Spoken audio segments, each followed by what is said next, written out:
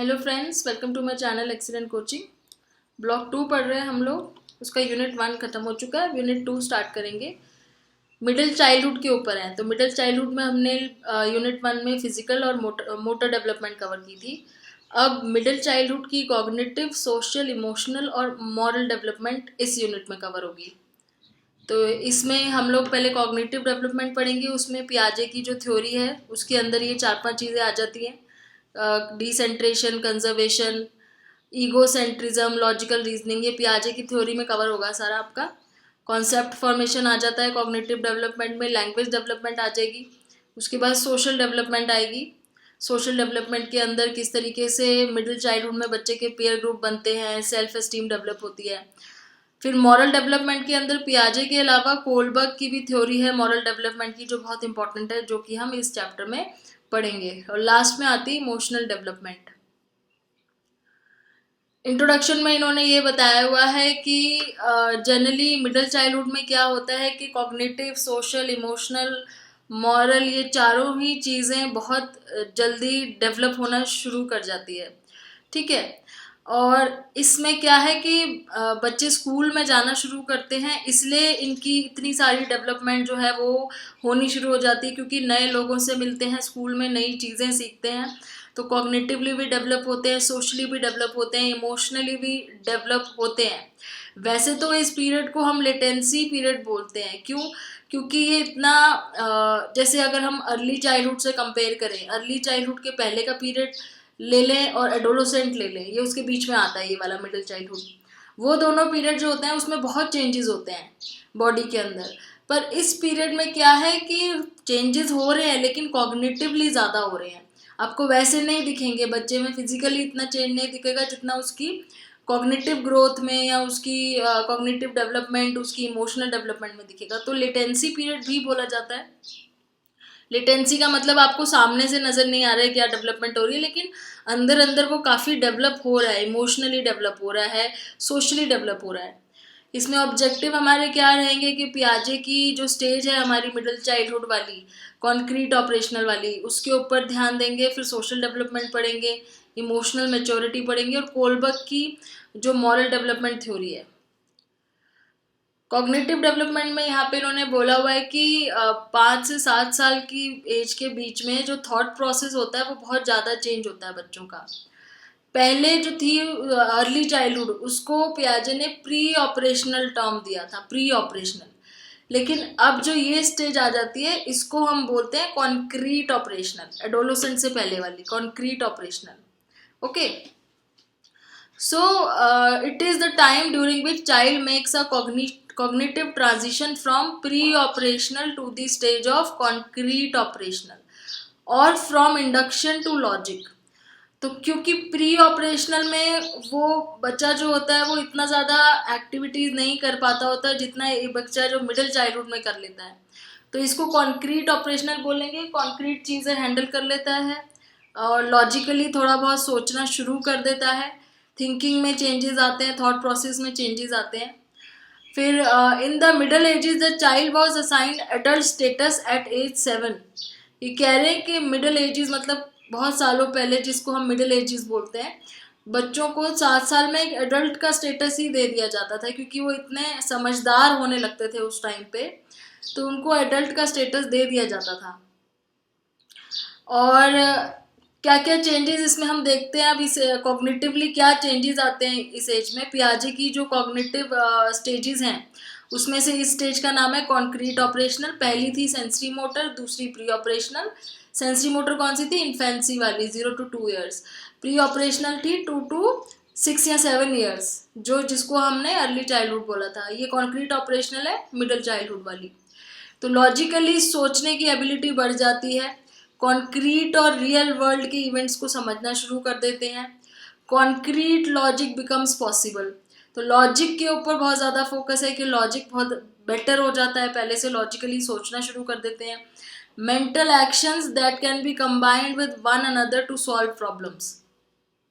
Operational word यहाँ पे मतलब ये है कि वो प्रॉब्लम सॉल्व करने के लायक हो जाते हैं। अगर आप उन्हें कोई प्रॉब्लम दो, छोटी मोटी मैथमेटिकल प्रॉब्लम्स होती है, जैसे इस टाइम पे वो क्या सीखते हैं, एडिशन सीखते हैं, डिवीजन, छोटे मोटे ऑपरेशन सीखते हैं ना, इसलिए तो वो ऑपरेशनल स्टेज इसलिए बोला गया। लेकिन कॉन्क्रीट होना चाहिए, आप उनको इमेजिन करके नहीं दे सकते कि इमेजिन करो इसका रिलेशन उससे है, उसका रिलेशन उससे है, तो उनका आपस में क्या, उस तरह के क्वेश्चंस नहीं, रीजनिंग वाले नहीं। अभी ये कॉन्क्रीट वाले कर सकते हैं जो सामने सामने लिखे हुए हैं कि इसको प्लस करना है, इसको माइनस करना है, उस टाइप के। तो कॉन्क्रीट इसलिए इसका नाम है कि सामने कॉन्क्रीटली जो चीज़ लिखी है।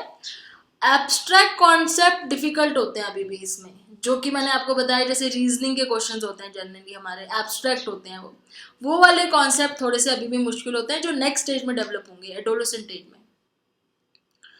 सेल्फ असेसमेंट क्वेश्चन है कि पियाजे की थ्योरी ऑफ डेवलपमेंट किससे रिलेटेड है, तो कॉग्निटिव, पियाजे की थ्योरी कॉग्निटिव डेवलपमेंट से रिलेटेड है। Arrange the following development stages of cognitive development in ascending order, तो असेंडिंग ऑर्डर में कैसे मैंने आपको बताया, पहले सेंसरी मोटर, फिर प्री ऑपरेशनल, फिर कॉन्क्रीट ऑपरेशनल, फिर फॉर्मल ऑपरेशनल। तो ये आपका 1 3 2 4 वाला ऑप्शन हो जाएगा, 1 3 2 4 सी पार्ट।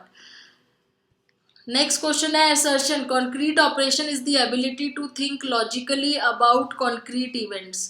तो ये कह रहा है कि कॉन्क्रीट ऑपरेशन क्या होता है, जब हम लॉजिकली कॉन्क्रीट चीज़ों के बारे में सोच पाते हैं। ये बिल्कुल सही है कि हम लॉजिकली कॉन्क्रीट प्रॉब्लम सॉल्व कर पाते हैं।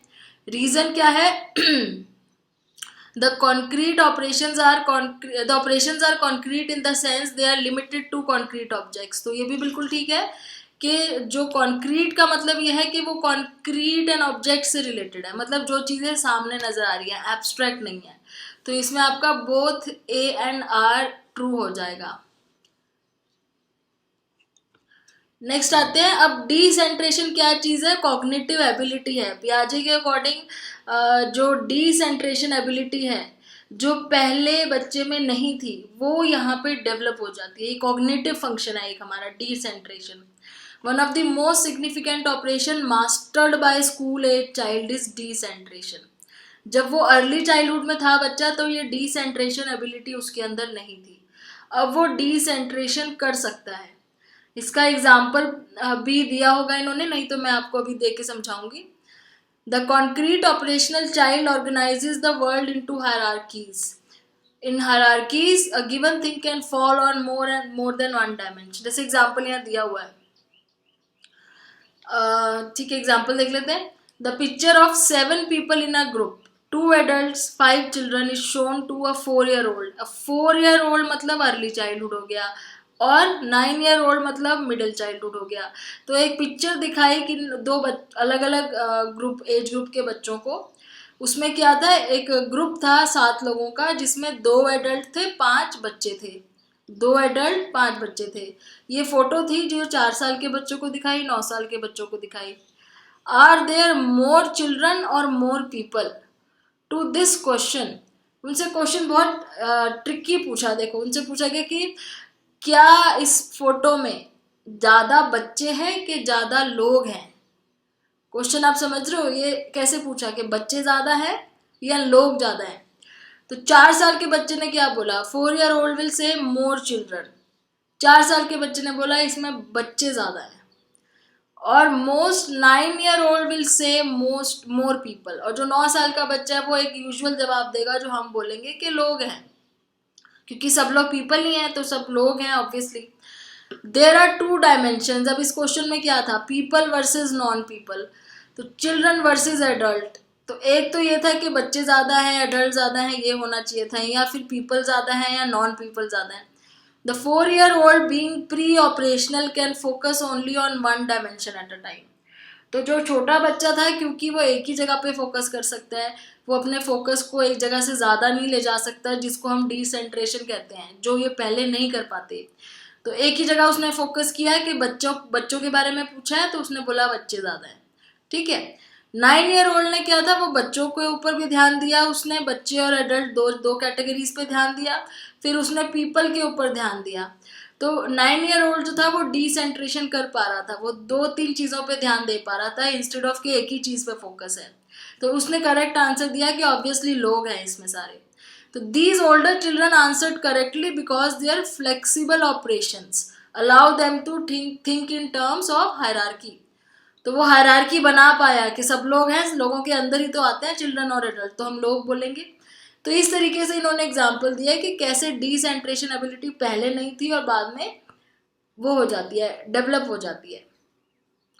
और पियाजे के ही थ्योरी में आता है कंजर्वेशन। कंजर्वेशन भी एक ऐसी एबिलिटी होती है जो पहले बच्चे नहीं कर पाते, बाद में डेवलप होती है। तो in Piaget's term, task that the child knowledge of identity of matter, task that test, ऐसे टास्क जिससे ये पता चले कि बच्चे को कितनी नॉलेज है। If a child can solve the conservation task, he or she knows the physical characteristics of the entity and can change, entity can change but certain properties। अब इसमें इन्होंने कौन सा एग्जाम्पल दिया हुआ है एक बार देख लेते हैं, क्योंकि 2-3 एग्जाम्पल्स हैं जो मैं आपको इसमें बता सकती हूँ कंजर्वेशन के। तो आई थिंक इन्होंने नीचे टेबल दिया हुआ है जिसमें इन्हें काफ़ी सारे एग्जाम्पल्स दे रखे हैं। तो पहले मैं आपको समझा देती हूँ कंजर्वेशन मतलब क्या चीज़ होती है, कौन सी एबिलिटी होती है। जैसे सपोज हमने एक एग्जांपल कभी पहले वीडियो में डिस्कस किया हुआ है कि अगर छोटे बच्चे होते हैं जो अर्ली चाइल्डहुड वाले, उनके सामने आप छोटे गिलास वाला पानी लंबे गिलास में डाल दो तो उन्हें लगता है पानी बढ़ गया, तो वो कंजर्वेशन की एबिलिटी नहीं होती क्योंकि उनके अंदर। लेकिन एक मिडिल चाइल्डहुड वाले बच्चे के सामने आप पानी ट्रांसफ़र करोगे दूसरे कंटेनर में, तो वो उसको पता होगा पानी तो सेम है, चाहे कंटेनर लंबा है, पानी उसमें ऊंचा नज़र आ रहा है, लेकिन पानी का अमाउंट तो सेम है, वॉल्यूम सेम है पानी की। ये कंजर्वेशन होता है। तो ये चीज़ डेवलप हो जाती है मिडिल चाइल्डहुड में। So concrete operational children are no longer fooled by perceptual appearance. आप उनको फूल नहीं कर सकते ये बोल के कि आपकी प्लेट में ज़्यादा है। जैसे हमने कहीं एग्जाम्पल और पढ़ा था कि छोटे बच्चे की प्लेट में आपने एक कुकी डाली और बड़े बच्चे की प्लेट में एक कुकी डाली। छोटा बच्चा रोया कि मेरे को ज़्यादा चाहिए, तो उसकी मदर ने क्या किया, उसकी कुकी को 2 टुकड़ों में डिवाइड कर दिया, बोला आपके पास ज़्यादा हो गई। तो वो मान गया क्योंकि उसके अंदर वो कॉन्क्रीट ऑपरेशनल या कंजर्वेशन वाली एबिलिटी नहीं थी। तो यही चीज़ वो बोल रहे हैं कि अब मिडिल चाइल्डहुड वाले बच्चे को आप इस तरीके से फूल नहीं कर सकते, क्योंकि उसको पता है कि नंबर क्या है, वॉल्यूम क्या है, मास क्या है, वो फिजिकल प्रॉपर्टीज धीरे धीरे समझने लगता है। जैसे concrete operational children are no longer fooled into thinking that a flattened ball of clay is larger than comparison ball. तो बॉल को, क्ले की बॉल को आप खींच के लंबा कर दोगे तो आप मिडिल चाइल्डहुड वाले बच्चे को फूल नहीं कर सकते कि ये बॉल बड़ी है उससे जो पहले थी। इस तरीके से कंजर्वेशन की बहुत सारी एबिलिटीज हैं, एग्जाम्पल्स हैं इसके। फिर ability to conserve appears to follow a developmental sequence. Children can usually conserve numbers by about 6 or 7 mass, length by 7 or 8, weight around। अच्छा, ये एजेस दी हुई हैं कि धीरे धीरे पहले वो नंबर्स को कंजर्व करना सीखते हैं 6 और 7 साल में, फिर मास और लेंथ प्रॉपर्टी समझ आती है उनको 7 और 8 साल में, फिर उसके बाद 9-10 साल में वेट का मतलब समझ आता है और वॉल्यूम का मतलब समझते हैं 14 से 15 साल तक। तो धीरे धीरे ऐसे उनकी कंजर्वेटिव एबिलिटी बढ़ती है। अब सडनली अगर कोई बच्चा मिडिल चाइल्डहुड में गया है 6-7 साल का, आप उसको वॉल्यूम समझाओगे एकदम से उसको समझ नहीं आएगा, वॉल्यूम धीरे धीरे आएगा, नंबर्स से लेके फिर आप वेट लेंथ समझाओगे। जैसे पहले हम एरिया ऑफ स्क्वायर कराते हैं, फिर हम एरिया ऑफ क्यूबॉइड कराते हैं, तो पहले हम 2D से स्टार्ट करते हैं, फिर 3D पे जाते हैं, क्योंकि उसकी कॉग्निटिव एबिलिटी भी उस हिसाब से बढ़ रही है। तो पहले 2D चीज़ें समझ आती हैं, फिर 3D समझ आती हैं। Piaget called the developmental lag in conservation abilities horizontal decalage. Decaler in French means to displace.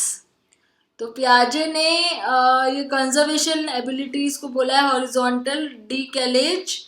डीकैलर का फ्रेंच मतलब होता है टू डिस्प्लेस। तो horizontal decalage is a sequential mastery of concept within a single developmental stage. When children had mastered the concept of identity, reversibility, reciprocity, they can conserve along any physical dimension. तो पियाजे ये कहते हैं कि ये जो sequence में एक एक करके उसकी एबिलिटी बढ़ रही है, पहले वो एक चीज़ सीख रहा है, फिर दूसरी सीख रहा है, फिर तीसरी सीख रहा है, उसको इन्होंने हॉरिजॉन्टल डीकैलेज बोला हुआ है।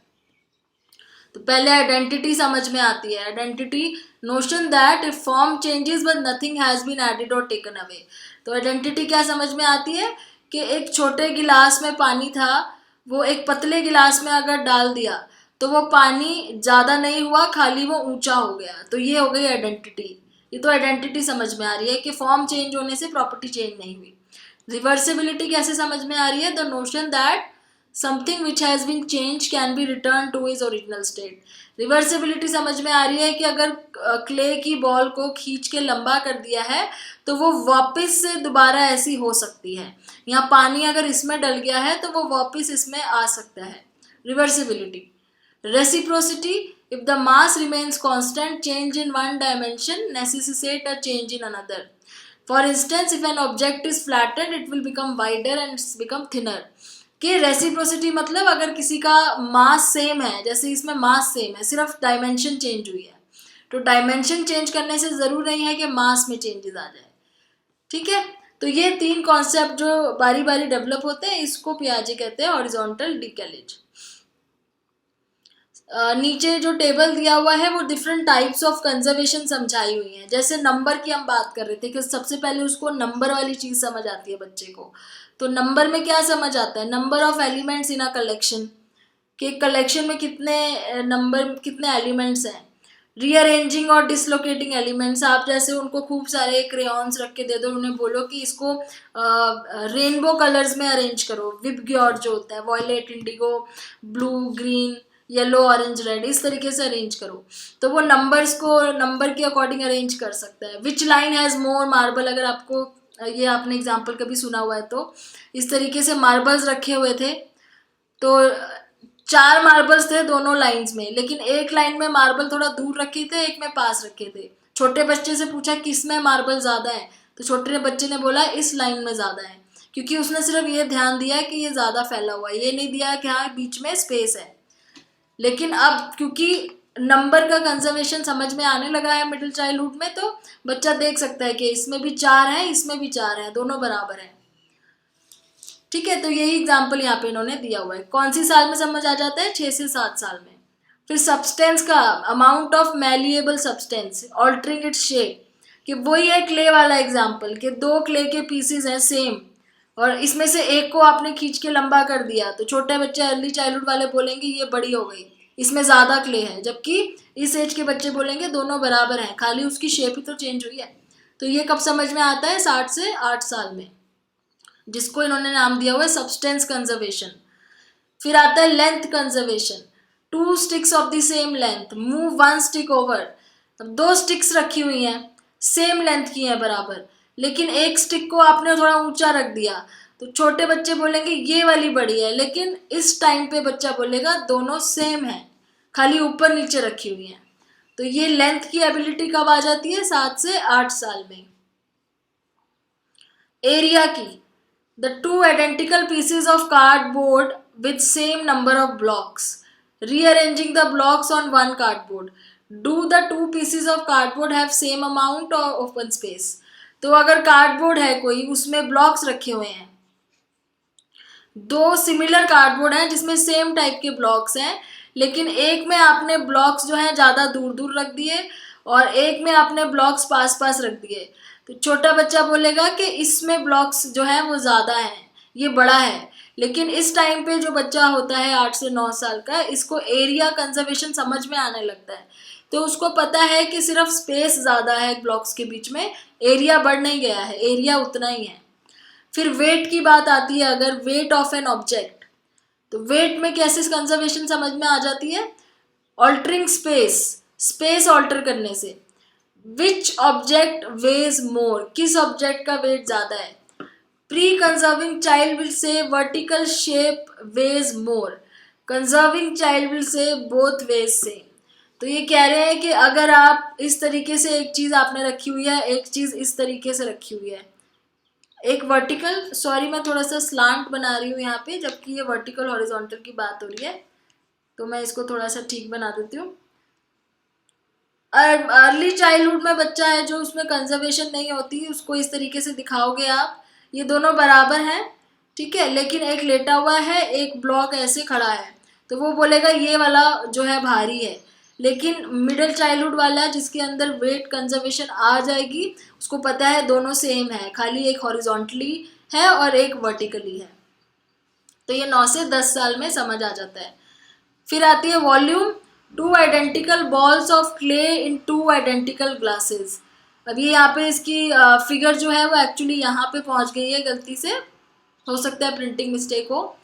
तो change the shape of one of the balls, तो इन्होंने बोला है कि सेम एकदम है, दोनों में क्ले की बॉल है, एक में क्या किया, क्ले की बॉल की शेप थोड़ी सी चेंज कर दी है। Do the pieces of clay displace the same amount of water, pre conserving child will say no. तो अगर आप मिडिल चाइल्डहुड वाले बच्चे से सॉरी पहले आप अर्ली वाले से, अर्ली चाइल्डहुड छोटे बच्चे से पूछोगे कि किस वाले में पानी ज़्यादा बाहर आएगा, तो वो बोलेगा ये वाली बॉल में पानी ज़्यादा बाहर आएगा क्योंकि ये बड़ी दिख रही है बॉल।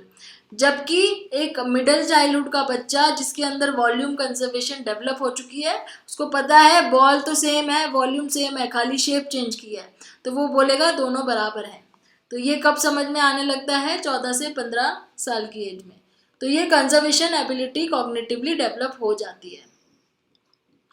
और इसकी जो एबिलिटी डेवलप होने के पीछे फॉर्मल ट्रेनिंग और प्रैक्टिस का भी बहुत बड़ा रोल है। बच्चों के स्कूल जाना बहुत ज़रूरी है। पियाजे ये भी बोलते थे कि जिसकी फॉर्मल ट्रेनिंग होती है प्रॉपर स्कूल में, उसकी डेवलपमेंट और ज़्यादा जल्दी होती है। तो जैसे अर्बन एरियाज़ में जो लोग बच्चे रहते हैं और जिनकी फॉर्मल स्कूलिंग वगैरह रेगुलर होती है, तो वो जल्दी इस स्टेज को क्रॉस कर पाते हैं। The ability to conserve provide the child in concrete operation with new sense of stability, security, confidence in their judgments. तो इस तरीके से बच्चे जो हैं और कॉन्फिडेंट होते जाते हैं। फिर आता है न्यू ईगोसेंट्रिज्म। अब न्यू ईगोसेंट्रिज्म क्या चीज़ है, पहले ओल्ड क्या था, जब में हमने पढ़ा था कि छोटा बच्चा इन्फेंट होता है तो उसको अपने अलावा कोई चीज़ और नज़र नहीं आती, मतलब वो अपने आप पे ही पूरा ध्यान देता है, उसको दूसरों के पॉइंट ऑफ व्यू बिल्कुल नहीं पता होते। तो वो था एक ईगोसेंट्रिज्म। एक यहाँ पे ये कह रहे हैं न्यू ईगोसेंट्रिज्म डेवलप होता है। अब देख लेते हैं क्या है। Preschool children are unable to take the viewpoint of others, they have difficulty understanding that other people can reach conclusion different from their own. तो ये तो प्री स्कूल की बात करी कि वो लोग दूसरों के व्यू पॉइंट नहीं सोच पाते हैं। ये प्री स्कूल वाले जो मिडल अर्ली चाइल्डहुड की बात कर रहे हैं ये, ठीक है, छोटे बच्चों की। Pre school egocentrism is replaced in the school years by different kind of egocentrism. अब जब ये बच्चे स्कूल जाना शुरू करते हैं, जब ये देखते हैं वहाँ पे और बच्चे भी हैं, उनके अपने व्यू पॉइंट हैं, उनके अपने कंक्लूजन हैं, तो इनको दिखता है कि खाली हम अकेले नहीं हैं, और भी बच्चे हैं जो अलग तरीके से सोचते हैं। तो वहाँ पे उनका वो वाला ईगोसेंट्रिज्म तो खत्म हो जाता है जो पहले था। यहाँ दूसरे टाइप का एक ईगोसेंट्रिज्म आता है, वो क्या है, one that permits more flexibility, logic, objectivity. School age children realise that their way of thinking is not the only way. तो उनको समझ में आता है कि सिर्फ वो जो सोचते हैं सिर्फ वही तरीका नहीं है सोचने का, दूसरे बच्चे भी हैं, उनके पॉइंट ऑफ व्यू भी हैं, और उनके थॉट में फ्लेक्सिबिलिटी आनी शुरू होती है, लॉजिकली सोचना, ऑब्जेक्टिवली सोचना शुरू करते हैं, सब्जेक्टिवली अपने सिर्फ पॉइंट से नहीं, सबके पॉइंट से सोचना शुरू करते हैं। इन हेल्डर्स 3 माउंटेन टास्क, एक ये कोई स्टडी या एक्सपेरिमेंट है, बच्चों पे किया गया है। When asked what a doll seated to the left, right and front of the subjects might see, young age school children can occasionally select the correct drawing, but accuracy of perspective taking significantly improves by the time child is 11 or 12. But once they have formed a hypothesis about how the way or why things work, they tend to force contradictory fact into their hypothesis rather than changing the hypothesis to fit the facts. तो ये एक 3 mountain task बच्चों से करवाया था, ये देखने के लिए कि वो किस तरीके से उनका व्यू पॉइंट चेंज होता है। इसमें क्या किया था, जैसे एक छोटा बच्चा एक जगह पे बैठा हुआ है और इस सामने वहाँ पे उसके 3 माउंटेन्स टाइप की मॉडल बना हुआ है जिसमें 3 माउंटेन्स हैं और थोड़े बहुत ट्री हैं, जैसे मॉडल्स बनाते हैं 3D मॉडल्स, और यहाँ पे एक डॉल रखी है, यहाँ पे एक डॉल है, यहाँ पे एक डॉल है। अब जो यहाँ पे बच्चा बैठा है उसको तो सामने से ऐसे नज़र आ रहा है, अब उसको ये पूछा कि ये वाली डॉल को साइड से क्या दिख रहा होगा, तो उसको ड्राइंग्स यहाँ पे बनी हुई थी, सेलेक्ट करना था। ड्राइंग्स क्या थी, एक इस साइड की फ़ोटो थी, एक इस साइड की फ़ोटो थी और एक इस साइड की फ़ोटो थी, और बच्चे की अपने साइड से जो दिख रहा है उसकी फ़ोटो थी। तो इस तरीके से बच्चे को सामने से सेलेक्ट करके, सामने बैठा है यहाँ पे, और उसको बताना है कि जो डॉल यहाँ रखी है उसको क्या दिख रहा है उस साइड से। उसने सेलेक्ट क्या किया, जो उसको नज़र आ रहा था, उसने ये नहीं सोचा कि इसको साइड से कुछ और नज़र आ रहा होगा।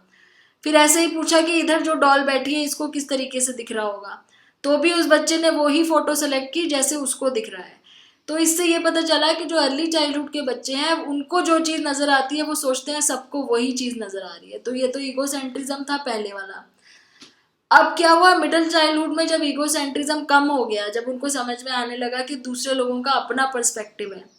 अब यहाँ पे बैठा मिडिल चाइल्डहुड वाला बच्चा, अब उससे जब पूछा, उसने पहले देख लिया चारों तरफ घूम के और फिर उससे पूछा कि इस डॉल को क्या नज़र आ रहा है, तो उसने वो वाली पिक्चर सेलेक्ट की जो उस साइड से दिखेगी। इस डॉल के बारे में पूछा कि ये यहाँ पे बैठी है, इसको क्या नज़र आ रहा है, तो उस बच्चे ने वो फोटो सेलेक्ट की जो इस साइड से नज़र आएगा और इधर वाले के लिए इस साइड से जो नज़र आएगा। तो मतलब उसने सही पिक्चर सेलेक्ट करी कि इनको अलग दिखेगा, यहाँ से देखेंगे तो अलग दिखेगा, इधर से देखेंगे तो अलग दिखेगा। तो इससे ये चीज़ पता लग गई कि जब बच्चे मिडिल चाइल्डहुड में जाते हैं तो वो दूसरों के पर्सपेक्टिव से देख पाते हैं और उनको समझ में आ जाता है कि किस तरीके से जो है दूसरे लोग देखते हैं चीज़ों को, सिर्फ हमारा ही एक तरीका नहीं है। इसके लिए कुछ वीडियोस हैं जिसका लिंक मैं नीचे डालूंगी, तो आप उसको खोल के देख सकते हो कैसे ये एक्सपेरिमेंट परफॉर्म किया गया था। अब आगे चलते हैं लॉजिकल रीजनिंग में, जो नेक्स्ट चीज़ पियाजे की थ्योरी में डेवलप हुई। लॉजिकल रीजनिंग ये कहते हैं कि मिडिल चाइल्डहुड में इंडक्टिव रीजनिंग करना सीख जाते हैं बच्चे, लॉजिकल रीजनिंग यूज करना, लॉजिक्स लगाते हैं। Induction involve reasoning from a specific observation to a general principle. Induction मतलब स्पेसिफिक टू जनरल, कि आप कुछ फैक्ट्स देखते हो फिर आप उसको जनरल चीज़ों पे लगाते हो कि अच्छा ये ऐसे होता है। आपने 2-3 चीज़ें नोट करी, ऐसे हुआ इसमें आपने जनरलाइज कर दिया कि अच्छा इसका मतलब ये प्रोसेस इस तरीके से किया जाता है। तो वो चिल्ड्रन क्या करते हैं, इस तरीके से रीजनिंग का यूज़ करते हैं जब वो रूल्स पढ़ते हैं, रूल्स के बारे में, ऑपरेशंस के बारे में पढ़ते हैं। Between third and fifth grade, great advances are made in the ability of child to understand if-then conditions. तो कुछ क्वेश्चंस होते हैं ना बच्चों के कि अगर ऐसा होगा तो क्या होगा, if this is this then what will be the answer, if this is the condition then what will happen। तो वो if और then वाले क्वेश्चंस, कंडीशंस समझने लगते हैं। 8th grade और and college one distinguishing if from if and if only. तो वही धीरे धीरे आगे एबिलिटी और ज़्यादा इंक्रीज होने लग जाती है, तो लॉजिकल रीजनिंग बढ़ जाती है। अब सेल्फ असेसमेंट क्वेश्चन है इसके ऊपर। Conservation in Piaget's theory of cognitive development refers to, तो कंजर्वेशन जो है क्या मतलब है पियाजे की थ्योरी में, development of inductive logic taking into account several aspects of an event, flexible mental actions that can be combined with one another to solve problems, knowing that an object has not changed in fundamental process in spite of its appearance। D part इसमें obviously correct है कि conservation का मतलब है जब बच्चे को पता चल जाता है कि शेप चेंज होने से प्रॉपर्टीज नहीं बदलती हैं। फिर मैच द फॉलोइंग में the choose the correct option, तो identity, sequential mastery of concept with the single development stage, तो ये हमने पढ़ा था कि हॉरिजॉन्टल डी कैलेज को सिक्वेंशियल मास्टरी बोला था पियाजे ने। If the mass remains constant, a change in one dimension necessitates a change in another. Mass अगर सेम रहेगा तो एक डायमेंशन में चेंज होने से दूसरी डायमेंशन में चेंज नहीं होगा, तो इसमें रेसिप्रोसिटी आ जाएगी।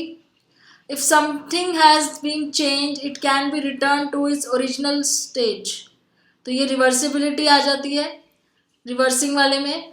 और form can change but if nothing has been added और taken away the amount is still same.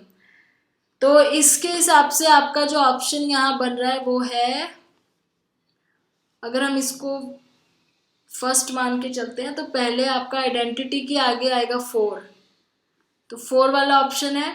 Identity के आगे 4th आ जाएगा, रिवर्सिबिलिटी के आगे 3rd आ जाएगा, रिवर्सिंग वाला 3rd,